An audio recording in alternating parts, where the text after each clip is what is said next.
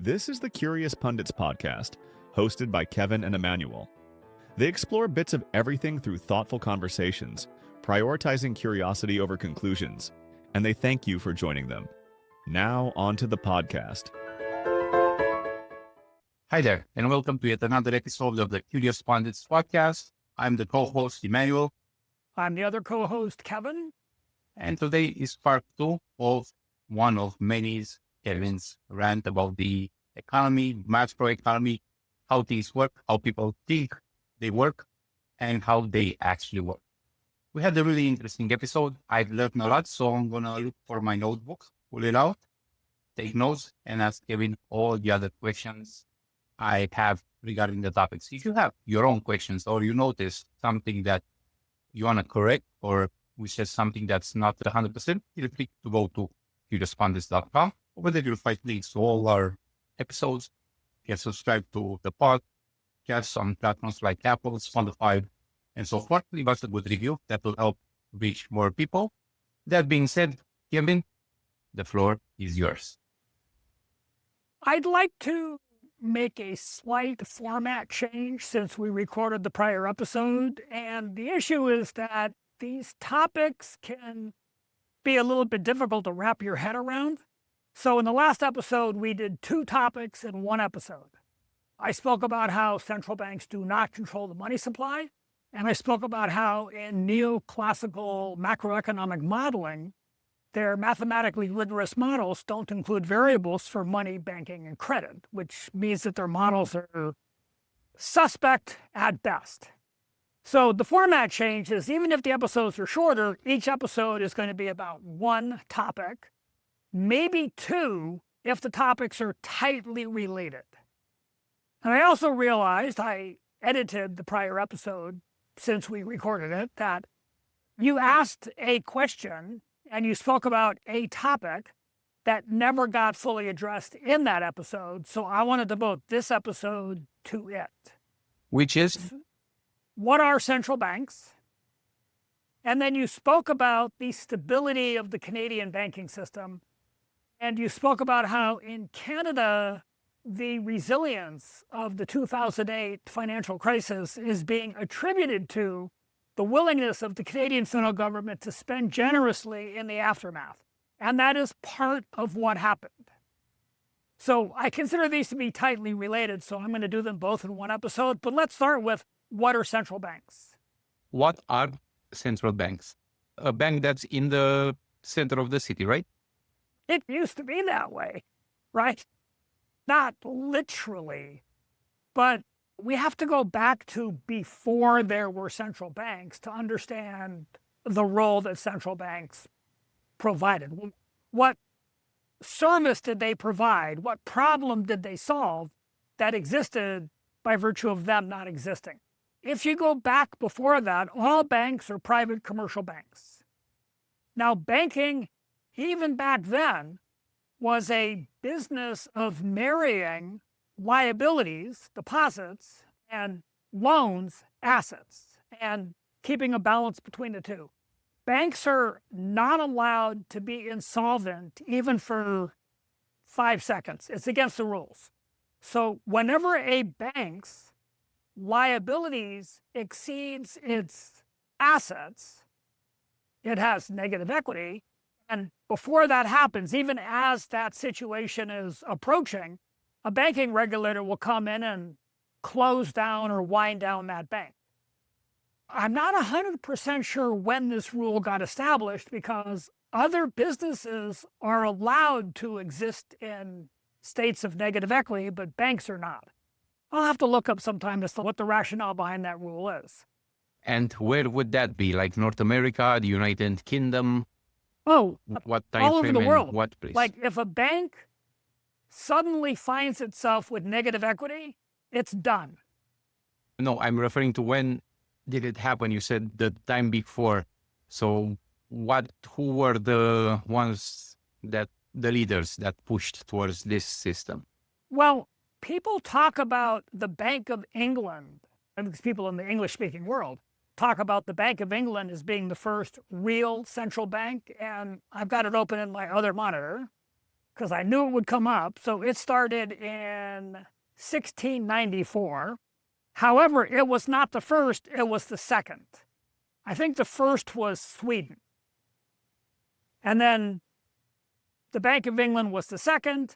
The United States had central banks in the early days. So even in colonial days, there was a central bank called the Bank of North America. Now, bear in mind, this is colonial days and the United States didn't exist. The Bank of North America is an audacious name. They have big ambitions. But back then, corporate charters expired. They didn't run in perpetuity the way they do now. So the Bank of North America charter expired. They ceased to exist. There was this whole war with England. The United States exists as a country. And then they created the Bank of the United States. At some point, its charter expired, at which point it became the first Bank of the United States, because then they opened up the second Bank of the United States.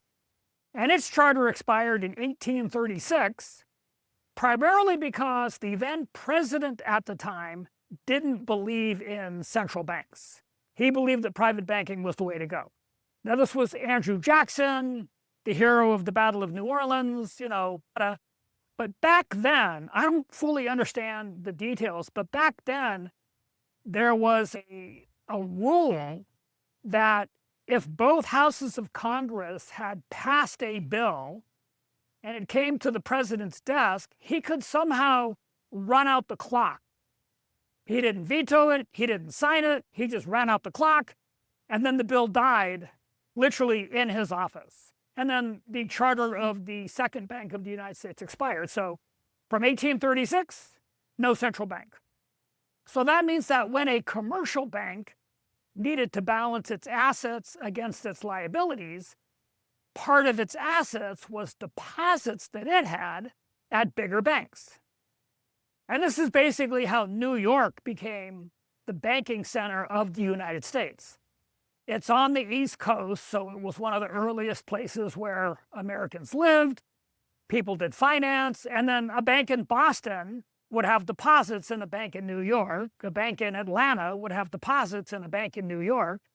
And I don't know that anybody ever sat down and designed it this way, but over time, banks in New York became the big banks who were holding deposits for banks in other parts of the country. And those deposits behaved in a way similar to the way central bank reserves do today. It's an asset of the bank, which is part of the assets in their asset column. And as long as their assets exceed their liabilities, they're good. But when there was a bank run, let's say that, the Bank of Kansas had a run, and all of a sudden the Bank of Kansas is insolvent and is being wound down. Any money in the Bank of Kansas ceases to exist, but they would try and prevent that from happening by providing liquidity to a bank. So a bank can be in a situation where they have positive equity because they have assets that exceed their liabilities, but they're out of cash. So people are showing up to get their money. It's, look, I got to sell something before I can give you your money. And the guy's like, I need my money now, right? I'm not waiting for you to sell something. And that would be a big problem for banks. I'd have to look up the details of how a bank could be wound down due to liquidity rather than insolvency. But I know that this was a problem. And most recently in countries such as Cyprus, Greece, and so forth, where we know that probably already now 10 years ago, it feels like last year, but 10, 12 years ago, they shut down banks. People had a limit on how much they can withdraw, stuff like that. When there's a fairly large-scale run on banks, things get draconian for a while. So what happened was this is another topic. In fact, we're going to do a topic on the gold standard. It's going to be a different episode, but people who are nostalgic for the gold standard have really never read up much on it because they have this belief that the gold standard represented price stability, and it didn't. In fact, gold standard era was incredible price volatility. But over the course of 70 years, if you didn't drill into the detail, it looked pretty stable until you dug in and you saw that we had extreme periods of inflation and deflation in the interim. But anyway, back to when the United States needed to fund the U.S. Civil War, the private banks didn't have enough money. They simply couldn't loan the government enough money to engage the war. So the United States at that point, through 3 acts of Congress, and I'd have to look up the details of what the proper sequence was, but they created a National Banking Act, which allowed banks to be chartered on a national scale. They passed a National Currency Act, which created the modern U.S. dollar, so that no matter where you are in the country, a dollar was a dollar, and every bank dealt with the same denomination of money. And then they taxed bank-issued banknotes out of existence. And I think that was the last one. And they did this year 1, year 2, year 3. So by the end of the Civil War, the U.S. dollar was the dollar. They were worth a dollar everywhere in the country. And the various bank-issued monies that had been issued by the various state-chartered banks just ceased to exist. They were just taken out of the economy. As far as I remember, I am not an expert in the North American history by far. I'm learning right now, but there were, up until a point, there were more American dollars, not just $1. There were all kinds of dollars issued in different states. I remember an episode from Married with Children with Hal Bundy when he was in a store and an older gentleman came and wanted to pay at the store and say, oh, gee, we don't see that much of a Confederate money around these days. But there were like more currencies, right? And maybe a topic for another conversation, but I just don't want to forget it, is you said they were taxing bank issued notes. So maybe what were those, how many were they, where, and so forth? Basically, they were everywhere. So every bank issued banknotes. So there would be banknotes on the First Bank of Atlanta, the Second Bank of Baltimore, right? And they're issuing notes, which are a claim on gold. Back then, we were still in a monetary system where gold was what backed up all money, even though there was far more money in circulation than there was gold available to be redeemed. Right? It was just a fractional reserve system with gold on the back end. It was no better than our current system, and there's many ways in which it was worse, but that's for another topic. So your comment of there were many different types of money, there were about 8,000 banks, and as a result, there were about 8,000 different types of money. They were all roughly equivalent, but let's say that you had banknotes issued by the Bank of Indianapolis, and for whatever reason, you're in Boston. Well, a guy in Boston isn't going to go to Indianapolis to redeem those notes, right? So they would accept them at a discount. So in Boston, a dollar on the Bank of Indianapolis might be worth 87 cents or 92 cents. I don't know what the numbers are, right? And that was to compensate the people for the costs incurred in redeeming the notes in a bank that was far away, and the risk of maybe that bank doesn't even exist and you just had this thing printed, right? So anyway, back to New York becoming the financial, the banking center of the United States. In order to pay for the American Civil War, the U.S. government suspended convertibility to gold. Went off the gold standard.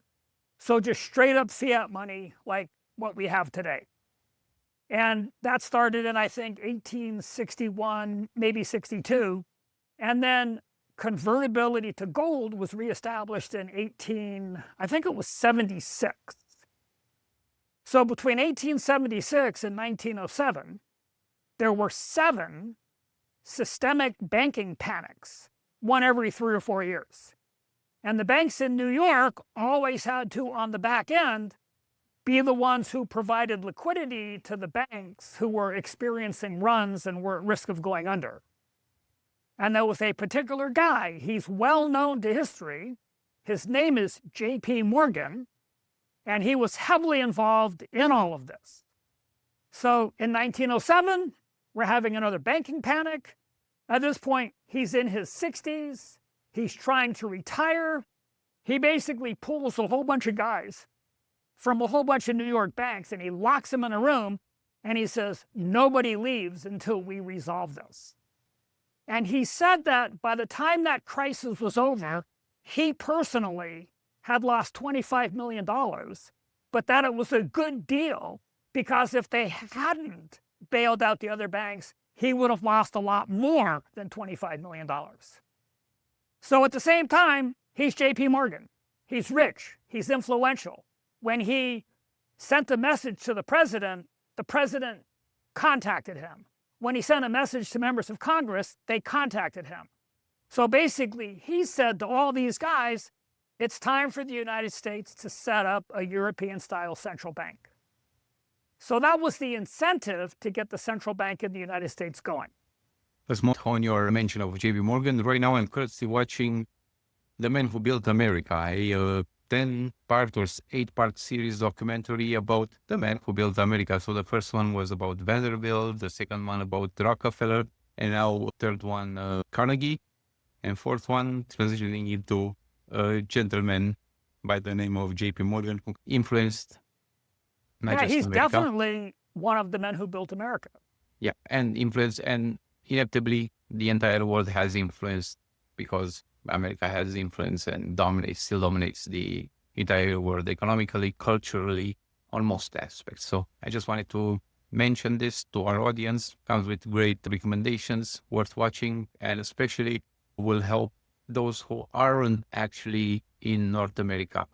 When I grew up, these names weren't familiar. I heard about Henry Ford, maybe, yeah, but later in life, I heard about Rockefeller. I think after high school, Rockefeller, Morgan, and whatnot. Obviously, although I like to think I'm 22, I'm not 22. So the environment was fairly different. Podcasts and access to resources were not as abundant as there are now, but there was a big deviation. But still, The Man Who Built America, worth watching. Yeah, I will definitely check it out. I've heard of it, but I don't know if I've ever watched it. But sometimes it turns out I've watched it 20 years ago and just forgot, right? But I'll check it out. No, it's recent. It's like 2024, 2025, I think. Might be History Channel. I don't remember exactly which one, but a Google search will surface it and probably will drop a link somewhere in the notes. So let's go back to 1907. But before we do, let's go back to 1861. So there's a detail here that I haven't read up enough on, but in 1861, the United States needs to fund the Civil War. They go to all the private banks. They're like, whoa, that's way too much money. We can't help you. So the United States suspended convertibility to gold, passed these legislations, and just started issuing US dollars, which they could spend into the economy and pay soldiers, buy weapons, blankets, food, et cetera, right? That mechanism, and this is the part that I've got to look up and read up on, but that mechanism did not involve a central bank because there was no central bank for it to involve. So now it's 1907. We're in the midst of this crisis. JP Morgan is convincing the president and the Congress that it's time to set up a European-style central bank. And the original justification for the central bank in the United States was to be the lender of last resort for financial or banking system panics. Because previously, JP Morgan and his banks and the banks of his banking buddies had been fulfilling that need. And he's like, we just can't keep doing it like this. It's not working. So that was the justification in the United States. Maybe it's time to clear up the name a little bit because there might be some confusion. The central banks are more of an institution rather than a bank itself. Oh, no, they are banks. Central banks are banks, right? But I want to contrast the origin of the Federal Reserve with the origin of the Bank of England. So back in 1694, England wants to finance their war against France. And they're going to the banks in England and they're getting the same stories like, sorry, dude, we don't have that much money. We can't help you. So in theory, I guess, England at the time could have done what the United States did in 1861, but they didn't. They set up the Bank of England for purposes of financing the war with France. So not every central bank in the world started with the same objective. But fundamentally, what makes central banks is two things. One, it's where the state does its banking. So the U.S. Treasury has an account at the Federal Reserve. The UK Exchequer has an account at the Bank of England. And then it also provides liquidity, assets in appropriate forms, to banks who need them when they don't have enough money to satisfy depositor demands. Now, in the United States, that depositor demand thing was the initial justification. In the United Kingdom, or actually it was England then, the initial justification was we need money to go to war with France, but it seems to me as if central banks have always done both since day one. But make no mistake, central banks are banks. They're just banks that sit at the tip of the pyramid of the banking system, and they also provide interbank payment, clearing, and settlement services so that when I bank at Bank A and you bank at Bank B and I pay you, that payment can clear. So that's what central banks are. And they do have a very special niche in economies today. And there has definitely been what in a corporate environment would be called scope creep, or in a military environment would be called mission creep, because central banks do a lot more today than they did when they were initially set up way back when. Like during the Great Financial Crisis, do you recall hearing about the central bank buying toxic assets? Yes. And it's not just during the Great Financial Crisis. It's happening all the time, essentially, but obviously during those periods, more aggressively. It seems to be that some crisis happens. They come up with some interesting and creative solution as a temporary thing, and then that temporary thing just becomes one of the tools in their toolkit. So when the central bank in the United States started buying underwater mortgage-backed securities, I don't know if they had ever purchased financial assets in the private market previously. Maybe they had, but it definitely wasn't done at a large scale, right? And they needed to provide liquidity to banks, not just liquidity, but solvency. The difference between liquidity and solvency, let's say I owe you $500, and I say, I'm going to pay you by 5 o'clock today. So you come see me at 5:30, and I say, oh my God, the bank is closed. Okay, let's go to the ATM. I'll give you $200 today, and I'll give you $300 tomorrow. That's a liquidity problem. I've got the money, but I can't get the rest of it until tomorrow. A solvency problem is when you show up to get your $500 and I don't have $500. I can give you $200, but that's it, right? So that's a solvency issue, right? Central banks provide liquidity to sue commercial banks, and via some maneuvers that some people completely disagree with, they provide solvency. So these mortgage-backed securities were no longer worth what they were purchased for. They're worth fairly significantly less than the purchase price. So in order to make the banks solvent or ensure the banks didn't fall into insolvency, the Federal Reserve bought those mortgage-backed securities at face value, even though they weren't worth it. And then those mortgage-backed securities became the property of or assets of the central bank. And then they just owned them. The people who were making their payments made their payments, and that became income to the central bank rather than income to the individual bank. So you mentioned the workaround being the Federal Reserve bought those underperforming assets. And then the question is, what do they buy them with if the central bank doesn't create deposits but creates reserves? And the answer is they bought them with reserves.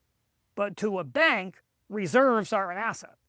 So basically, it was an asset swap. So I'm going to use round numbers. So they have this mortgage-backed security that they paid $1,000 for.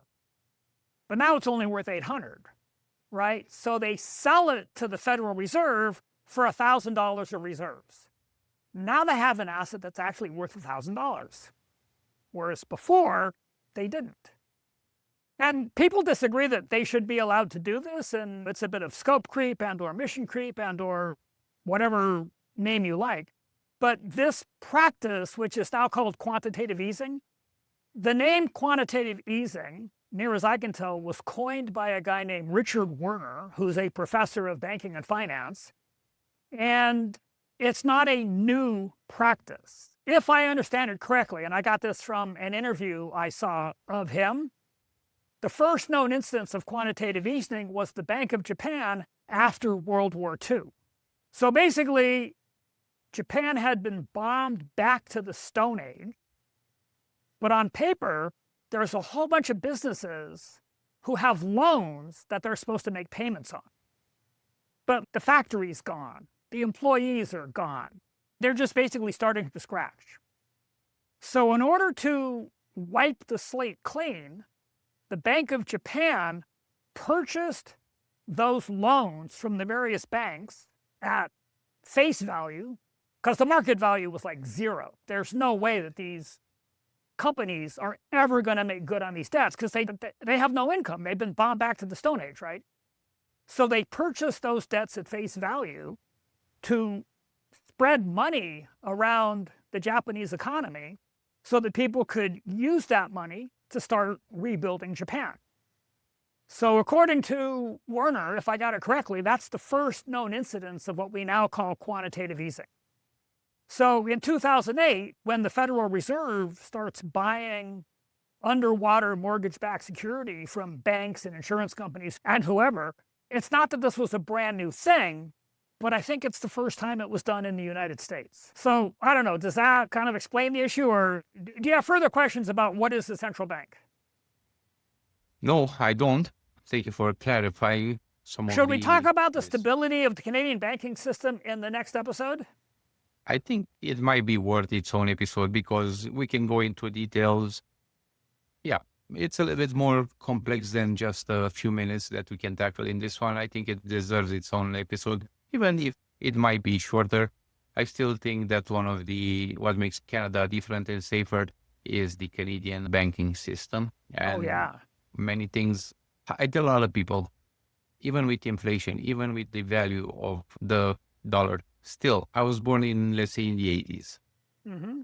If I would have put $100 in a bank account the year I was born, in 2026, that $100 would still have been there.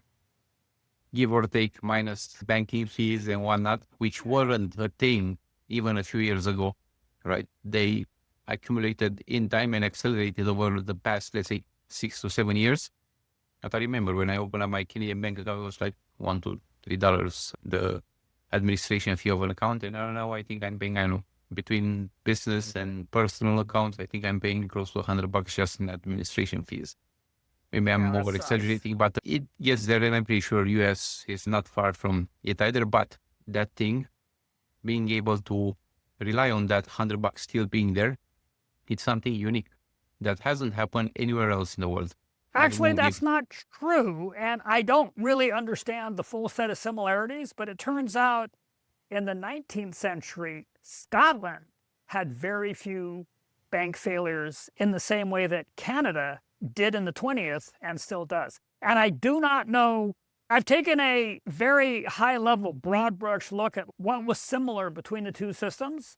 And one of the most important aspects of banking, near as I can tell, is the degree to which the rules are followed. And I don't know any Scottish bank. I'm assuming there's a Royal Bank of Scotland or something, but I well, don't know. ultimately, it's the Bank of England, right? Today, right? But Scottish banks were not a fan of central authority. And Canadian banks have been a fan of central authority from day one. And that's a huge difference. And I don't fully understand how the two systems could be, like, I view that as a very significant difference. At some point, the Bank of England told the banks in the UK banking industry, you got to stop issuing banknotes. No more Bank of Scotland, Clydesdale Bank, Royal Bank of Scotland banknotes. They got to go, right? And those three particular banks in particular said, I don't think so. And those three banks issue banknotes to this day. Then that's our topic for the next episode, the stability of the Canadian banking system. And maybe we can tackle and do some more research and tackle the 19th century Scottish banks and similarities with today's Canadian banking system. Well, I think I have an answer, and the answer came from, ironically, a research paper that was recently published with the assistance of some artificial intelligence tools. And I'll look up the details and we'll talk about that. Excellent. Until then, my name is Emmanuel. My name is Kevin. We're the Curious Pundits. We have a podcast. You can find us at curiouspundits.com and on all the podcasting platforms, Apple, Spotify, YouTube, Stitcher, and so on. Until the next time. Thank you for listening. Thank you for listening to this episode. If you like the podcast, please like, subscribe, and tell others. Visit curiouspundits.com to learn more and stay tuned for the next episode.